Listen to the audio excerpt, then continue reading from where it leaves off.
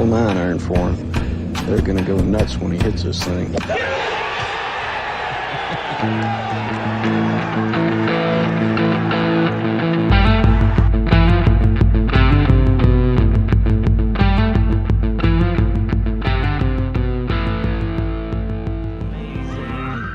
Yesterday's price is not today's price. Yo, yo, yo. Ladies and gentlemen, to the hundreds, maybe with my guest tonight, thousands of golf fans that are checking out this program, welcome to the Preferred Lines podcast. This is a weekly golf gambling pod. We're going to give a little bit of a course preview for a new course in the PGA Tour Rota this week, Castle Pines Golf Club out in Colorado. I got a guest here who will help us sift through the odds boards and give some picks to win. And we'll talk to him a little bit about what's going on in his life as well. If you're joining us, you're the best. Thank you so much. Drop me a comment. Let me know that you're here and say what's up. Give a thumbs up. Subscribe to the channel. All that stuff helps a great deal. You can also use the promo code LINES if you want to join the Rotoballer network of content contributors. I have confirmed that membership will roll over into football season as well. Rotoballer one-shot package, so you can apply that code to any of the packages monthly, weekly, they have available there. The promo code, once again, is LINES. Thanks again to the great people over at Rotoballer for supporting this show all season long as we continue to sort of wrap up the 2024 season of professional golf on the PGA Tour. Okay, let's get right into the show this week. I'm going to bring up my guest right now, recurring guest to the program. Good friend of mine, just had a nice little experience this past weekend. As to myself, I'm sure we'll get into that in just a moment. Welcome back to the show, Geoff Fienberg. How are you tonight? Great to see you, my friend. Always doing well, Joe. I feel like have we chatted since I don't even remember if I've been on since we were in Vegas together, but I don't think so. I think you came on right before that. We usually do something in the Florida swing, but yeah, we were in Vegas for the Masters. Sweated a couple Ludwig tickets that didn't go our way. We got by the boogeyman. That's kind of happened to me quite a few times this season. Yeah, no.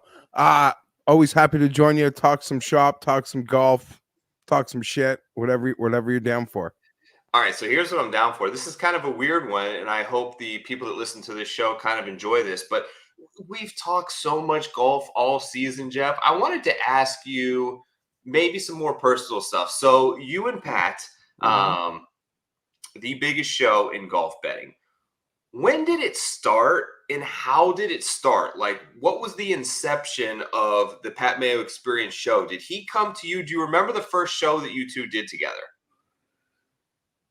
Yeah, I mean, not like specifically, because I don't even know that I could like exactly pick the year, but the first show we would have done, it would have been before we were doing a regular show. The PGA Championship was probably the last major of the year at the time.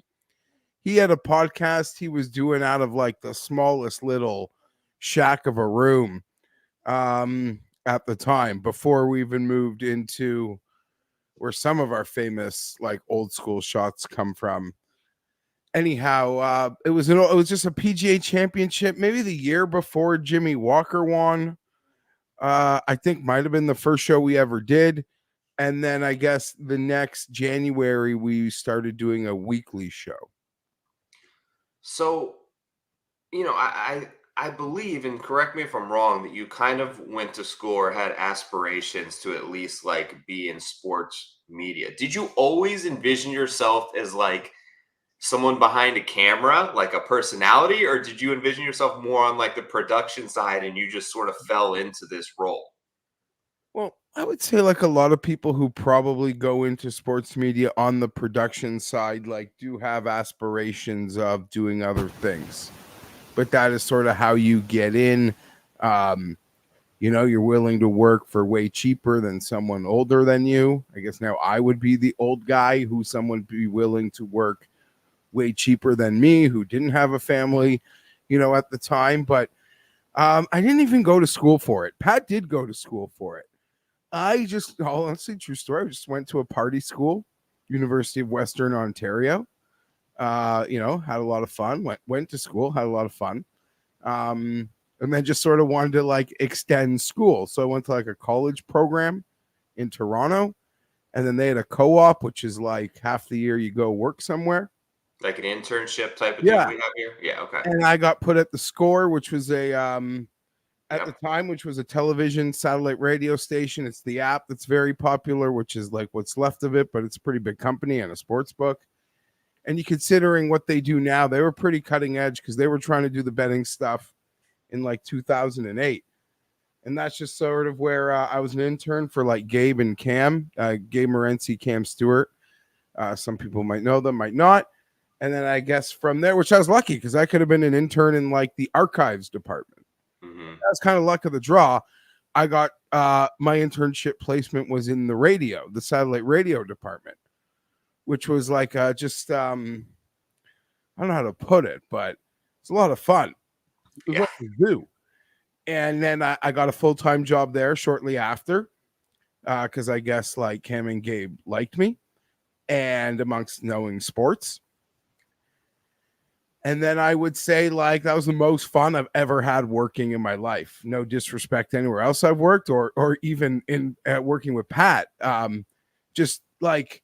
Are they bringing you on the air at this point, or are you like behind the scenes? But that's just like to make fun of Cam, or like Gabe would bring me on to be like, no, tell everyone all the food you had to go like get for Cam today from like Burger King or Tim Hortons, like in that sort of like how like Gabe and the producer at the time, Aaron Bronstetter, like the network was just very like trying to piggyback in sense of like a Howard Stern model. Like, they're not only like whack packers as callers, but like people around were part of the storyline in some weird way, all the update guys, like weird activities would get brought on the air anyhow. So that sort of like was a conduit to me being on the air. And then eventually I got on the air, and then we started a career working behind the scenes in sports media, which led me to working at TSN, which in Canada is kind of like an ESPN. Right. And then I did a lot of like produced a lot of daily radio, like a daily Maple Leaf show, be at practice, be at training camp, did all that stuff. And then instead of like just left there, and then I ended up working at the same place as Pat, which was a startup like fantasy place. And we didn't work together, which is probably a good thing. Because like if I had to work under Pat, I don't think like we would have been friends. I don't think like we would have been friends to, like start the show. But I was like Gabe had worked there, so I was there like working with Gabe. And then like, but my desk was beside Pat. And we would talk golf a lot, and that was just like, which led him to like, you should just come on the podcast. And this is a true story. The first time I ever met Pat was the week of the Dell match play with the Day and Dubuisson. But I told Pat pre-tournament Day was going to win, and Day won. So just Pat probably like, oh, this guy's not so bad. Yeah. But it was fun because at the time, like I had no friends that I could talk about like Spencer Levin with or Kirdesh Epi Barnrat with. If I wanted to talk about Tiger Woods or Phil Mickelson or Jim Furyk, like sure, I had buddies who like golf, who know golf, who could like we could talk about those guys. But at the time, like there was nowhere for golf fans where people were talking about golf with kind of like the same excitement, not like literally the same excitement, but like people were talking about golf like they were fans in the same way they talked about every other sport. Right? So Pat clearly, was smart enough, and he's so smart, and how he just saw the internet and what's coming. And I've just kind of ever since then just been, I'll always joke, like my wife will say I don't give myself enough credit, but can't say it any other way. Like I've kind of been lucky to be just like a dingleberry on Mayo's journey, like as he's just been awesome. And so that's kind of like, I guess I'm pretty long-winded, but that would be like the story of our journey. But just doing the golf podcast at the time, or approaching maybe even over 10 years. Like I said, I couldn't date it exactly, but there wasn't much out there. No. Like the fantasy golf insiders like Jeff Bergeson and Tour Junkies That was really it. Pat was like, you know, you could see like when I got excited about golf, like I care about so little, but what I care about a lot. Yeah. Right. Like that picture. Like I don't have a lot of interest, but when I have an interest, like I'm kind of all in. And Pat would see, like I'd get excited watching golf, talking golf in the same way, like get excited talking, watching football. And then I would only say the football stuff just sort of came because people liked us. They liked our camaraderie talking golf.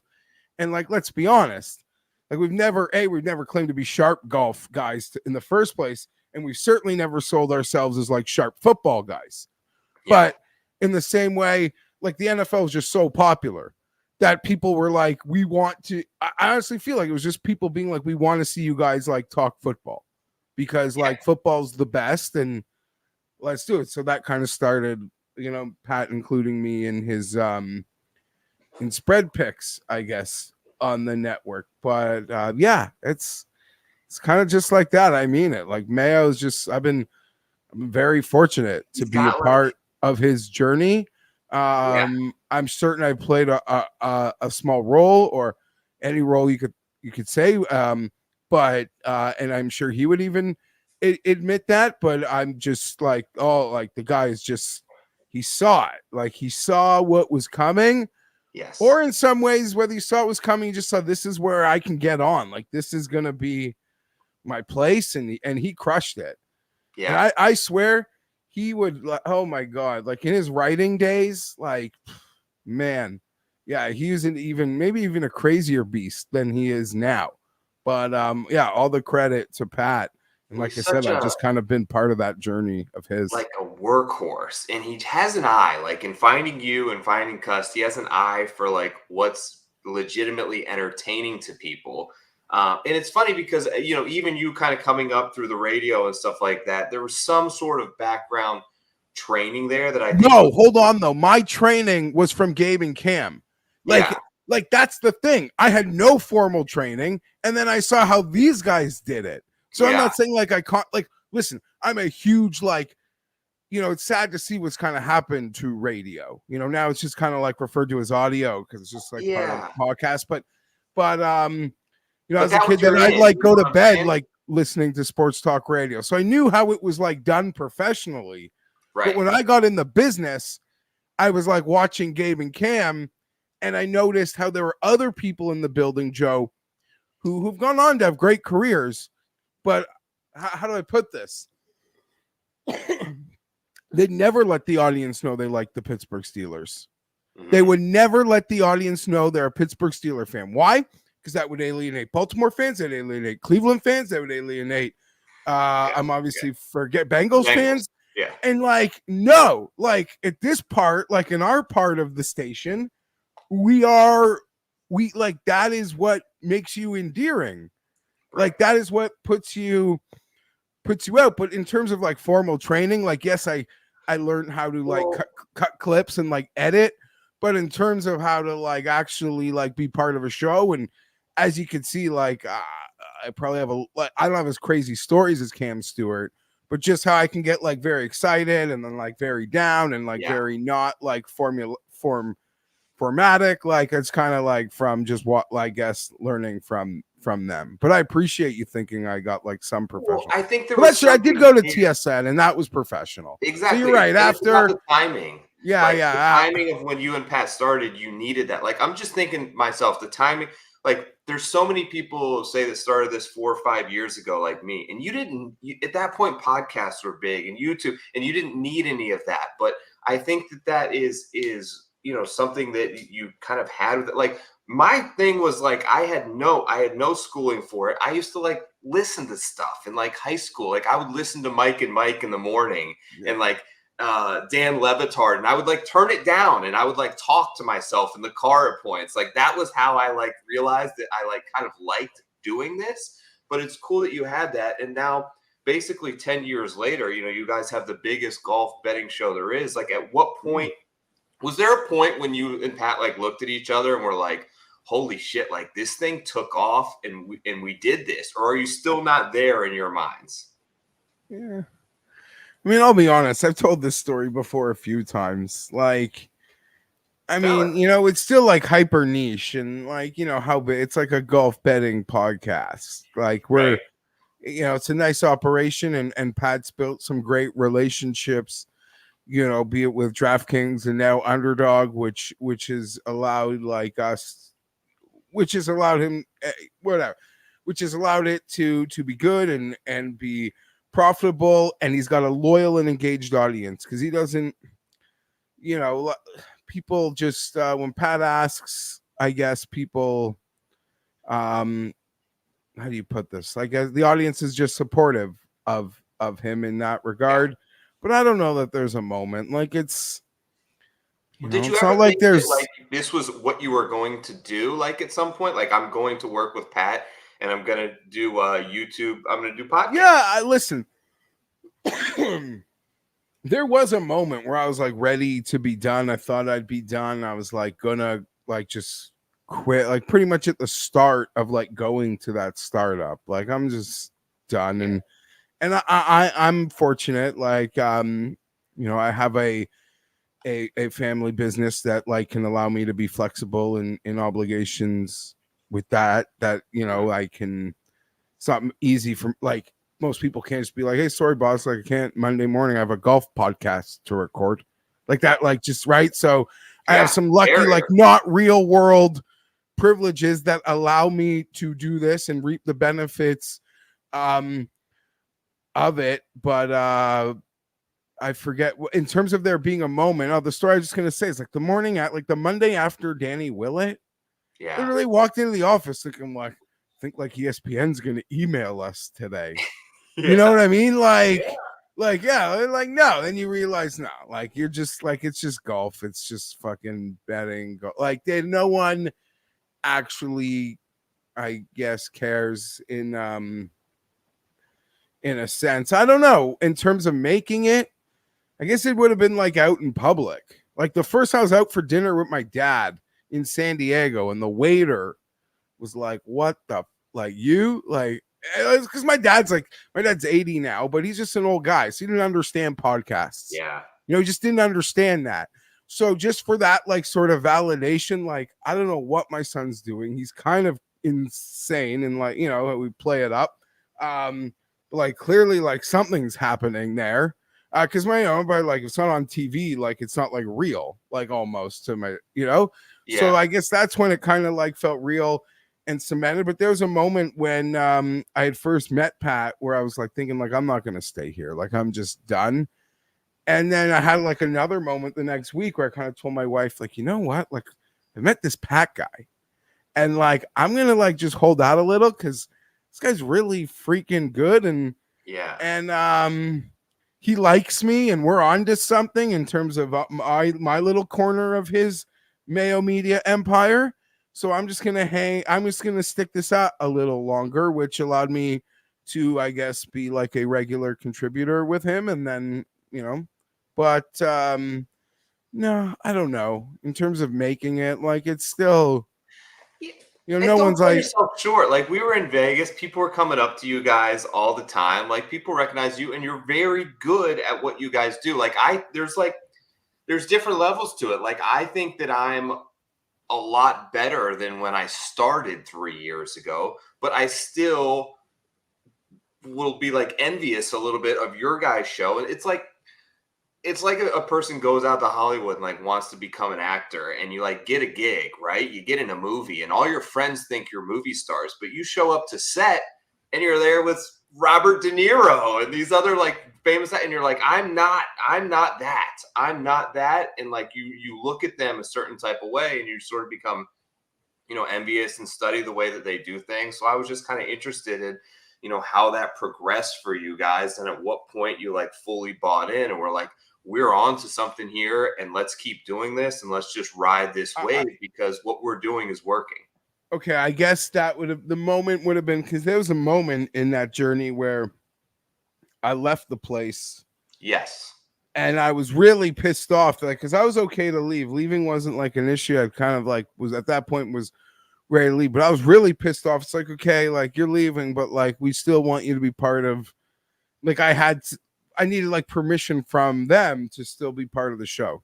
I was like, well, why can't you just tell me that like right now? Mm-hmm. Like, right. And the fact that they had to like go back and think about it pissed me off. So then I probably said some things which probably ended that.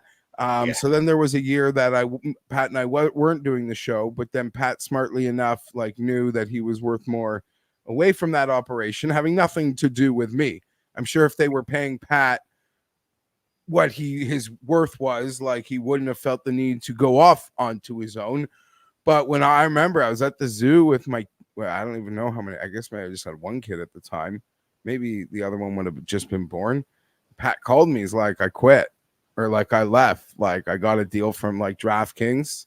We're going to sponsor the show and like we're going to do this. So that may have been the moment where it's like, holy shit, like Pat's on his own. He's starting his own thing and he's got the support of DraftKings, which was, at the time big. And this was like before the regulation, like before a lot of like like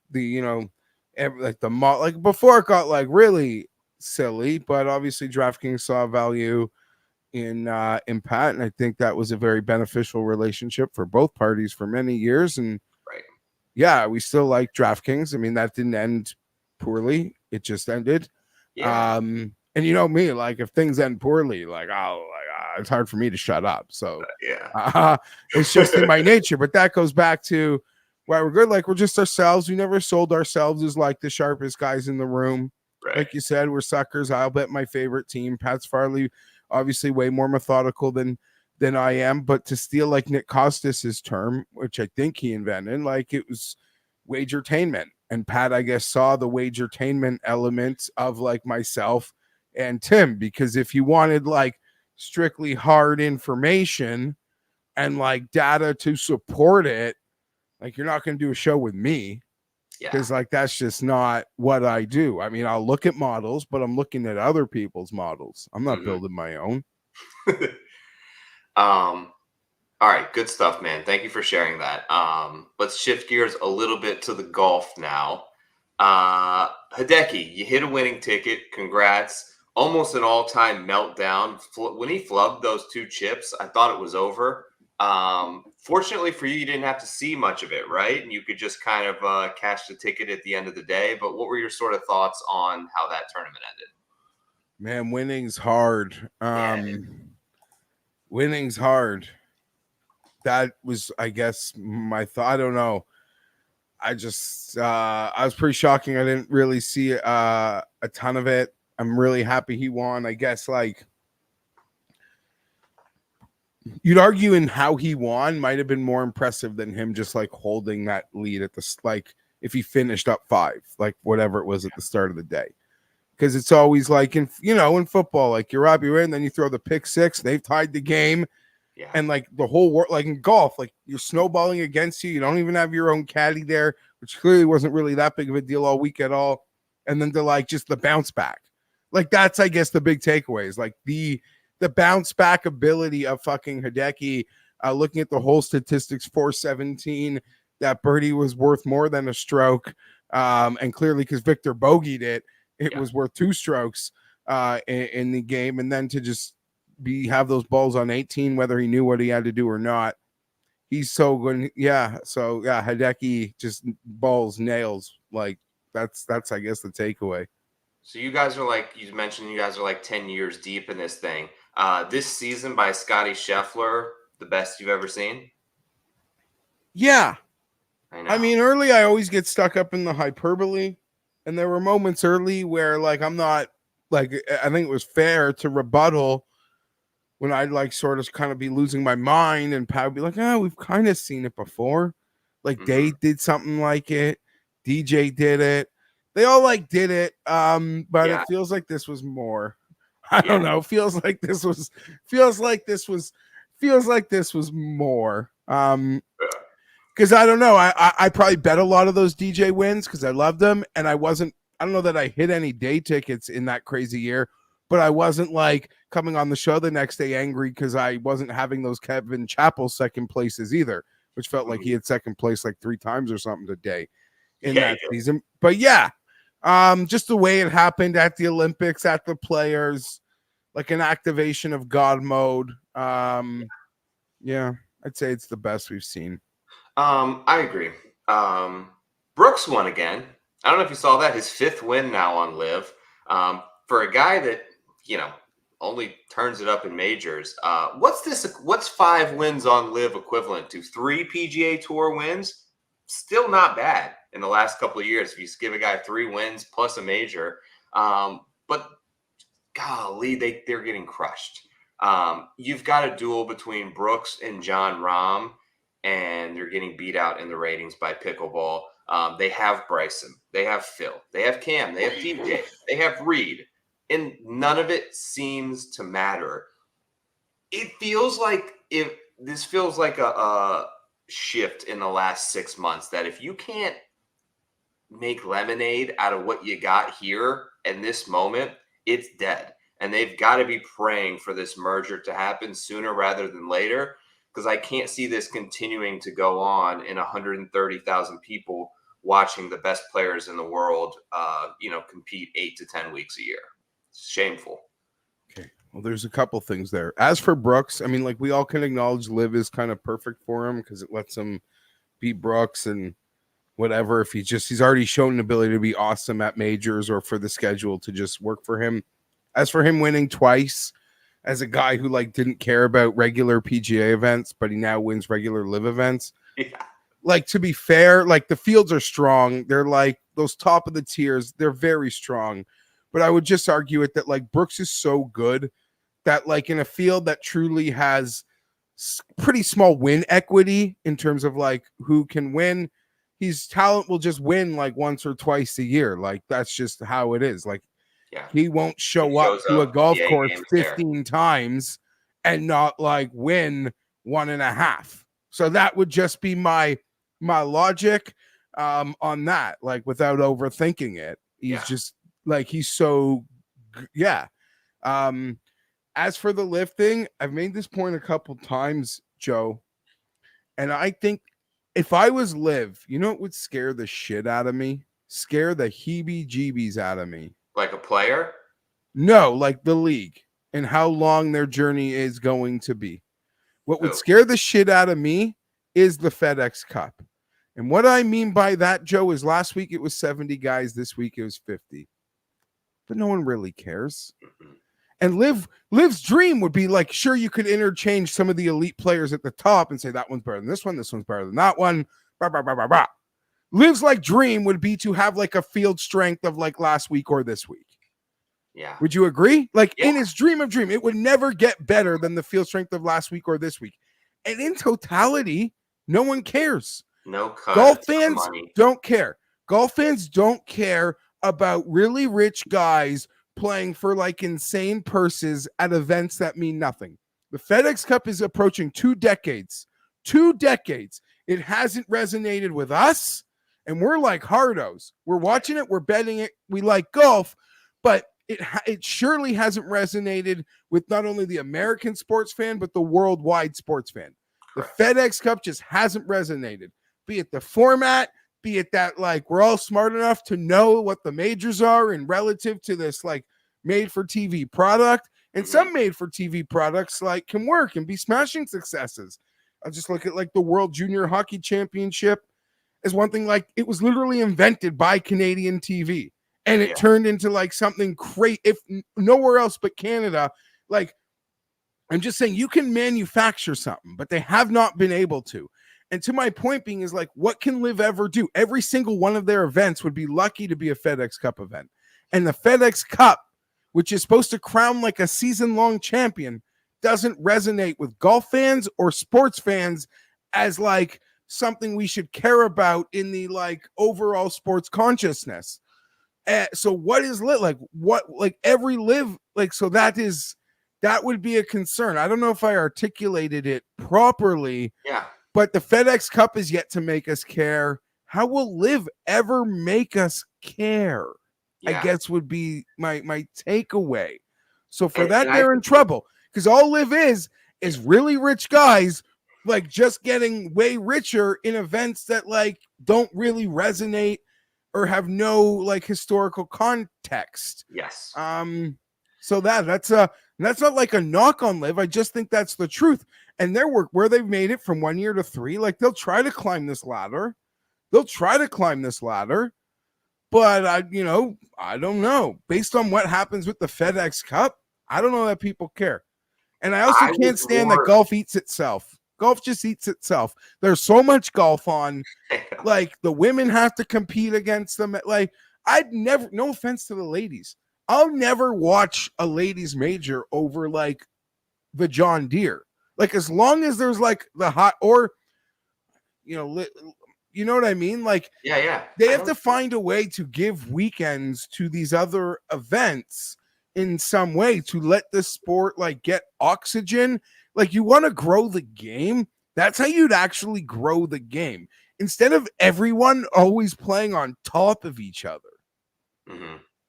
Yeah, I think they are in trouble. I mean, I in all 3 years of LIV, I haven't cared less about the results than I did this year, and I consider myself like one of the people that should be on it. I think that they're in trouble not because I think the money's going to dry up, because we know that they have this bottomless pit of cash that they can always throw at the wall, and people will respond to that. But year 3, most of these player deals are coming up. Year 4, I think it's not. The players are realizing, and their agents are realizing that it's not working.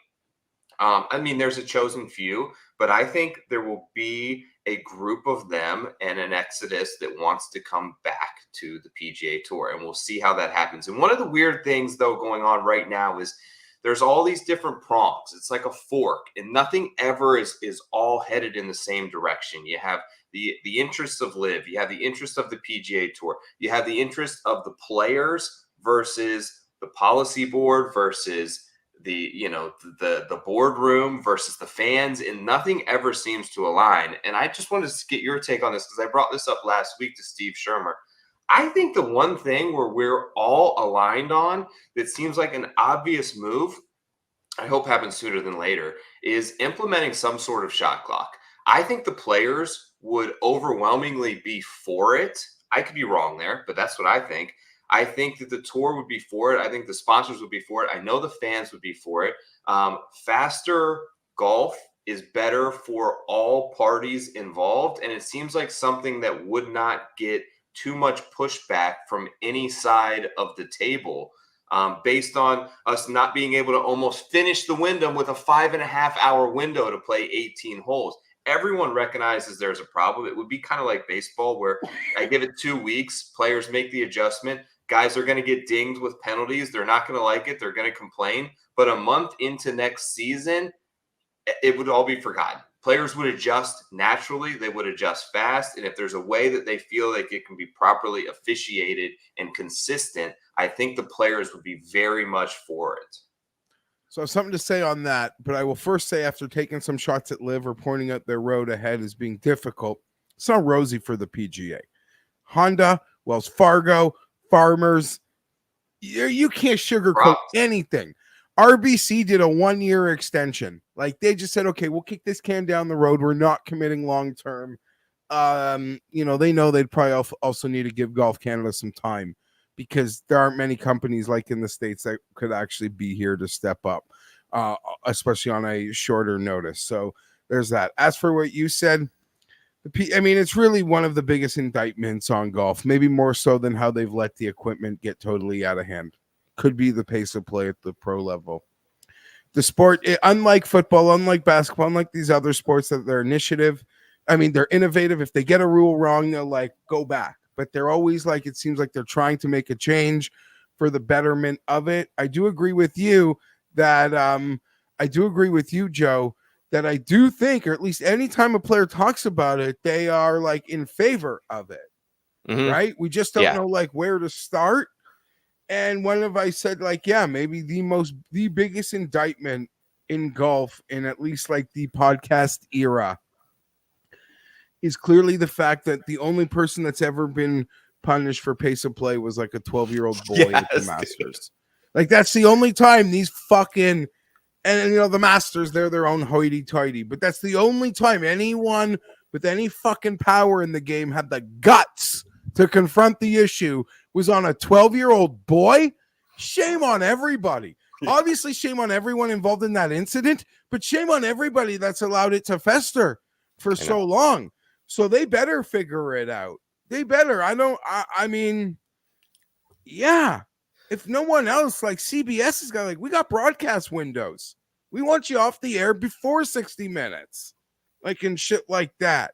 Yeah. So I'm as perplexed as anybody. And when you really like sit back and actually like think about it, it does seem like it is maybe the worst thing that has gone on in the sport. And you almost want to be more critical of them for this issue than the equipment issue. Even before they took a stance potentially on that. So yeah, that's my thoughts there. Yeah. Guys, I think I fixed it. Does the mic sound better, Geoff? Your mic? Yeah. Or my mic? My mic. I never couldn't hear you. Okay. All right. Well, I think I fixed it. Sorry about that if anyone was having issues hearing me. All right. Let's talk about the golf course this week briefly. We'll get into some picks and then we'll roll out of here. Castle Pines, top 50, like you mentioned. Second leg of the FedEx Cup, top 30. We'll move on next week to the Tour Championship. Built in 1981, passion project of Jack Vickers, oil and gas titan. Commissioned the one and only Jack Nicklaus to design this golf course for him. This course actually hosted a tournament called the International from 1986 to 2006. I don't even remember that event at all, but apparently that took place for over 20 years. That said, extensive work done since that is now, I don't want to beat a drum here and beat a dead horse, but obviously the longest course in PGA Tour history, 8130. Players are reportedly hitting it beyond the driving range and into houses today. Get ready. Yes, the ball is going to go extremely far. I did a little bit of math on this and adjusted it. I used like on average 7.1% altitude adjustment if you really want to get into the weeds there. But all in all, I think this effectively plays around 7,400 yards as a par 72. That's not that long. I have, using that adjustment, 8 to 9 par 4s on the scorecard between 400 and 465 yards, many of which are going to be a downhill, significant downhill off the tee box. So you're going to be left with approach shots from 100 to 160 yards. That's not a long course. That's on 9 of the par 4s. Then you have these par 5s. 2 of them, even after adjusted, are over 600 yards. And we know the way Jack Nicklaus typically designs his par 5s often encourages a layup. Look at what Muirfield Village and what he did there. If you're not hit a perfect drive down the middle of the fairway, you're trying to get to 100 yards. So I think you're going to have a lot of shots in that range. That would be the sort of sneaky one that I'm looking for that maybe not everyone is dialing in, who may be looking more at long iron play this week. Fairways and greens, bent grass, POA, rough is 4-inch Kentucky bluegrass. And for the first time, Geoff, in a few weeks, I think the pendulum has swung for me on the importance of distance over accuracy for this event in particular. Are you sort of aligned there that you're going with more power over precision? Yeah, I'm betting all power this week. That's the lane that I've taken. I don't really have, like, truth be told, I don't have a ton of thoughts on the course. Probably like a lot of golf bettors. When we go to places we've never been before, it's just annoying to have that unknown, like winning score, player profile, all these sorts of things that, just make it a bit easier. Like, just example, the last 2 weeks, I've not had a great season, Joe. I thought Pat would have to drag me across the line, but I've hit a couple winners. Yeah. But just like, you just look at the guys that won, like Aaron Rye, like total player profile for everything we know that Wyndham is. Yep. And like St. Jude, total Flusher Island. And so, I mean, obviously could have been other players with the same profile that I didn't win bets on, but I'm just like, for me, I just see this as, I think elite driving is still going to be the most important thing around here. I've been told to expect pretty low scores. Most people who are smarter than me at this are saying like 20 under seems to be where this thing, maybe lower than that, but it seems like you're going to have to get into the 20s. Okay. Let's check out the board.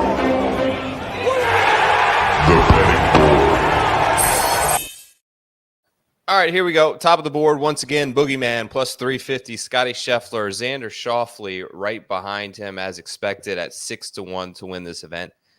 And you get Rory. 14-1, it says here on the odds checker grid. I've seen that thing flirting with 20, Jeff. Have you seen these? Like, is there a number you would bet Rory at? Or is your So card I have done? seen them. Yeah, I've seen them. I've seen it as high as like 17, and then you could put some boosts on it. Yep. Yeah, I've seen it.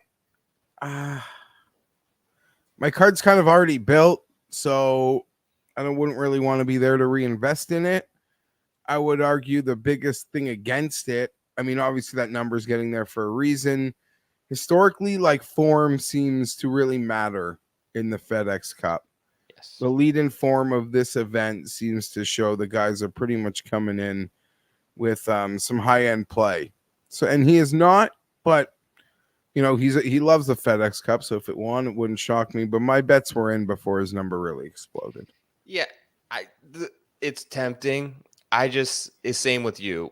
With the absence of incoming form in like the last short term, 3 to 4 weeks, I'm gonna stay away. And my gut tells me there's some level of exhaustion there. Been a long year for him. Obviously, what happened at Pinehurst and what's going on in his life off the course has been relatively taxing as expected. And is he I know he loves the FedEx Cup, but is he a guy that's like fired up to go stick a trophy on his mantle from Castle Pines? I don't think that really gets his juices flowing too much.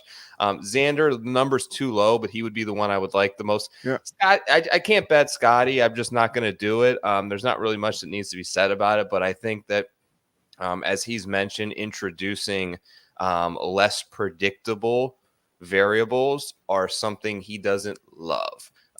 So I think that could play a little bit of a role. But moving on, I think this is where most of the bets are going to come from. You've got Morikawa at 16, Hideki at 18, Cantlay at 18, Hovland at 18, although I've seen that higher. You get to Ludwig at 25, and that's where I made my first bet of the week. I actually boosted that up to like 28 with a little bit of a boost there.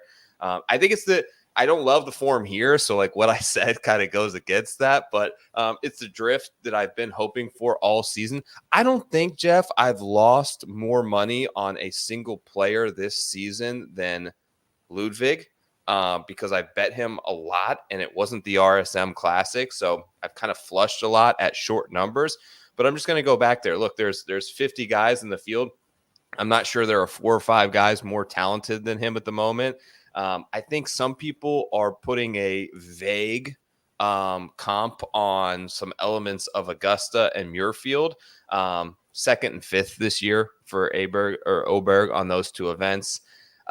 Last week was his worst week around the green, and he lost strokes putting, looking for a little bit of a bounce back. And the other thing I noticed about him is he putts really well on super fast greens. So you could argue that like Augusta National, Pinehurst, Bay Hill, those are 3 places known for like some of the fastest greens on the PGA Tour, and those are his 3 best putting performances of the season. Still trending with approach. I think he's just going to get out there and hit 350-yard bombs. And the other thing, I like Joe Scovrin. So I trust him as a caddy. I remember this from like the Tom Kim years the year when Tom Kim won at Summerlin. And they did this like thing in the fairway where Kim was like, can you do the number? And Joey was like spitting numbers out to him. Like with the elevation, it's going to be 285, but it plays 260 effectively. And just that confidence, I think, is going to help someone like Ludwig. And the fact that all 50 players in the field are seeing the course for the very first time is enough reasons for me to put in the bank to go to the counter and put a ticket on Ludwig one more time this season. You there by chance? Is that one of the guys you're on? Yeah. So Okay. I am on Ludwig as the last bet I made because you mentioned that drift to 25. That's over at 365. That doesn't even mention where you take that 25, you can move it to 27 on their enhanced win only. And then I use my 30% boost for $150, which is what they'll let me use my 30% boost on. I guess, maybe that says more about me than other people. But so yeah, I got Ludwig to a pretty nice number this week. Not gonna lie, I may have woken up this morning. I woke up this morning, I had 3 bets already in. I did get a good, because you mentioned Victor, I did get a good numbers. Smash Victor 24-1 on Monday morning, but I was thinking about betting Cantley. And then Me too. I guess I woke up and on the other side of the Atlantic, our boy Ben Cooley posted Cantley, and he moves numbers. So like the does. mid-20s I was seeing was like 18. So I was Yeah. like, oh, why didn't you bet it last night? And I'm really Cantlay tired. Nicholas courses, maybe a nice Yeah, and tie there. elevation, and he's always good at the shrine. Like, so there are a lot of things, and for all the jokes I make about Cantley, I've been like eyeing him, and you can see the improved play lately. So that's one I was eyeing. But I ended up on Aberg. I really like it. I don't need to add much to what you've said. I thought I'd finally be out, but the drift got me here, Joe. Mhm. But I would argue, and this comes from talking to Andy Lack, that when we go to places that no one's seen, I think that levels the playing field, because he's been having to play all year at courses where all these guys know like the back of their hand, So I think it ends up like just leveling that that disadvantage, puts him on a level playing field with this guy. And I'll still go back to what you said, and maybe the first thing about him was there's not 4 or 5 guys here that are better than him. So let's fucking go. Yep. Like, let's go. I'm excited for that one. Yep. I'm 25-28. I'm really going back and forth and haven't made the play on Cantlay versus Hovland. Obviously I missed the best of the numbers there, but I'm leaning Victor just because I have him number 1 off the tee the last 24 and Cantlay's 28th. I think that's extremely important here. I have him dead last in the field around the green. So that's where I want to like dig in a little bit more and maybe check out. I know our boy Matt Gannon is there this week checking out the course. I just want to see if it's like, if this is going to be one of those spots where, he's on my boy's on the Malbon World Tour right now in tournaments. But I just want to know, is it like, are we driver, or is this going to be a place where you're going to have to scramble and chip, which is probably how I delineate that decision. The other guy I took, not aboard the Wyndham Clark bandwagon this week. I know the good numbers have passed, which is part of that reason, but in on Finau at 33, altitude narratives aside, top 3 in approach the last 24 rounds. He's doing it around the green. He's one of the longer players in the field. The comp courses that I looked at, he rates in the top 25. His results have just been trending in a direction that is good, but it's not getting him so much attention that he's down in this sort of mitigated 25 range. I know he posted like a year ago that he shot like a 59 on an 8,000 yard course out there. So I just think that this kind of aligns with a lot of his strengths and maybe could be an advantage for him this week, in a player that is in need of that, monumental trophy this season at 33-1. There are other good options there, but I went with Big Tone. Yeah, so I as well have Tone, pretty similar, 35-1. Yep. And I, like, top of the morning Monday, hit one of those 40-1 Wyndhams. I'll only say I never bet Wyndham, but I kind of been impressed how he recovered at the Olympics after starting so shit was really impressive to me. The results have actually been like way better than the perception of it. But here's the long and short of it, which is just short, in that a buddy who I was with this weekend down in Michigan, who's works for Monster Energy, took me, behind the scenes at a NASCAR race. He loves Wyndham Clark. He loves him. He's been on all those big wins, always talking him up.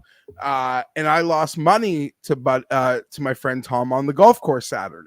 Lost money, a few bucks, played the match, was on the wrong side bigly, and I owed him a bit. So what did I feel like? First thing I'm going to do, I forgot to pay him. And I don't want to be a welcher. I don't want him to leave that thinking I'm a welcher.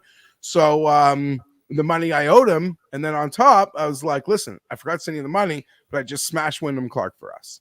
Yes. It's more like because you love Wyndham Clark and he's playing well, and it ended up being like a great number and coming up for air later Monday morning to see everyone's on Wyndham Clark, which I guess makes sense for the Denver ties. But I was just like almost like owing a buddy, supporting a buddy. I didn't like see how awesome it was going to be, but I don't have much else to say other than, Joe, I bet 4 guys It's like an elevated event. FedEx Cup reminds me of the WGCs. I don't bet the back. Like if someone above 50-1 or something wins this thing, I'll just applaud them and give all the props in the world to people who bet them. But past precedent shows that these events, like, just not going to happen. And for every like Lucas Glover and Keegan Bradley, there's like 17 really high-end player wins. Yeah. And I'm not willing to bet Scottie because I haven't done it all year. So why would I do it in the last real fucking tournament? Maybe next week I'll bet him at a pick 'em. Maybe I will. But like for the last actual betting tournament of the year, I didn't bet him once. So I'm not going to do it now. And like you, if I had to make a pick of the really high end, I really would take Xander at double the shot of Scottie. Yeah. But in the end, I just went with 4 guys who just are such great drivers of the golf ball in an event that, of course, we don't really know much about, an event that I have no confidence in, like the lower tier, like even showing, like battling these guys. So you have Hovland, Oberg, Clark, and who was the last one? Finau. Okay. Love that. Like you, I'm not going deep into the odds board this week. I actually have to shoot a long shots video for Rotoballer later today. For peace of mind, listen, there's a guy you like at 100-1. It doesn't cost you a lot of money to throw a few bucks on a guy, at 100-1.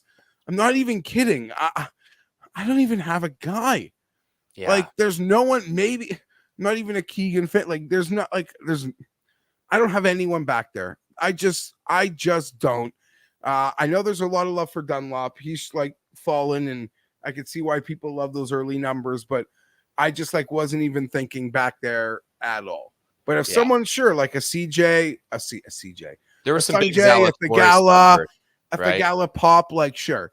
If Cam Young wins, like no, would we be surprised a little? Shocked? No. Like, it's a huge, if it just plays like super driver friendly, like all week, and it's Cam Young who wins, like, is he going to make enough putts to win at 20? I'd be surprised, but shocked.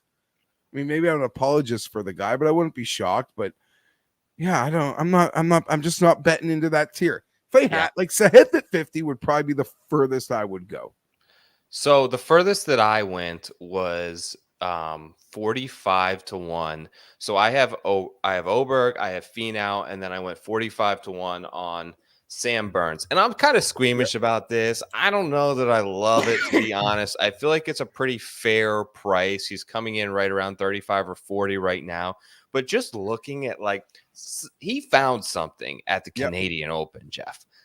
His results since then are 10th, T15, T9, 55th at the Travelers, 31st, 12th, 5th last week at the St. Jude. He's crushing it tee to green. The putter is back. He had the child around the time that Scottie did around the Masters and really kind of slumped in the summer there throughout major season, but has turned it on over the last 2 months, starting to come back in form. A guy that you can I still feel like, and maybe this is a false sense of trust, but I still feel like there's something there. Like, you give me Burns in a horse race on Sunday, and I feel okay about that. I like his, obviously the carry distance and the driver is a huge weapon for him.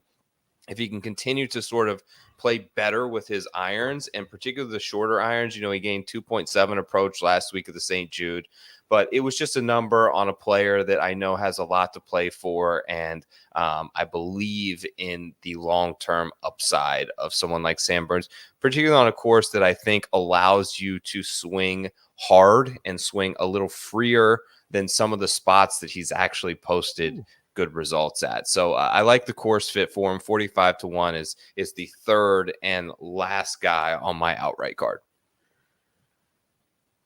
I like it. If I had to maybe build like early, I would have probably looked at Sam Burns. What I will say is, I almost bet him last week. So I had those moments last week, like, because he was playing so well. And I, like you, I do believe in him. And I've kind of been surprised how he's played on some Sundays this year in contention. Yeah, even that Amex one.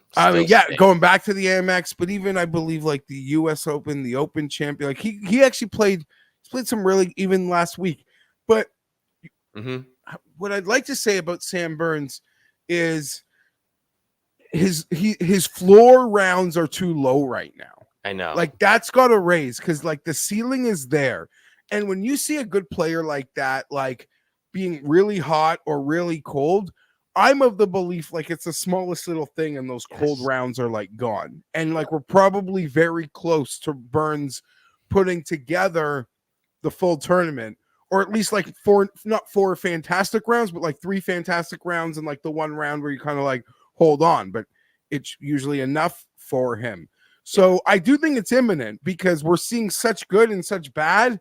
And I believe like the bad, I'm only concerned with players when we're not seeing the really good. Yeah. And you're seeing Like, it with Burns. I mean, he's and even he's since firing like near the round of the day, at least yeah, one day in the tournament. but then he doesn't, but the bad rounds are like too bad. They're not Bogeys. like, let's hold on here, get in, like you struggle, bust it, but like not, you know what I mean? We see guys hold it together when they don't have it. He seems to really get on a bogey train when he doesn't have it. Absolutely. It's about so that's been him. killing him. But like you said, I mean, it's easy to say, but I'm less concerned about him because we are seeing some really high level golf.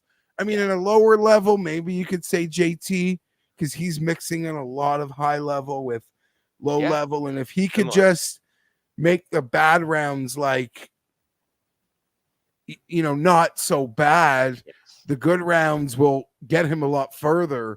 But like Burns, the floor rounds just seem way lower than they should be. But that's gonna end soon. So I back it. I didn't bet it. I'm kind of ready for it.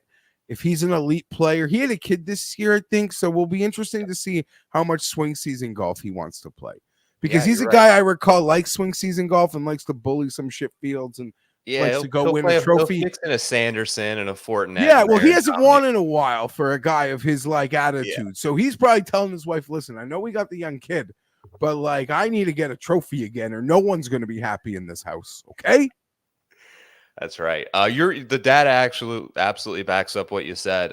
He's making a ton of birdies, but the bogeys are killing him. Like the Saturday that played brutally hard at Royal Troon, he shot 6 under. That may have been the round of the day. And then Sunday, scoring conditions are easier. He shot 9 over. Yeah. He's had a lot of days like that where like he'll go out and shoot 7, 8 under. Look at last week. Follow it up with an over par round. Like he needs to take that over par round to like a -2 or even par, even par instead of like break your driver. Like I saw that he did last week was a lot of, you know, was very symbolic of the last little bit. But like you said, you look at the grid, you see what's happened since Canada.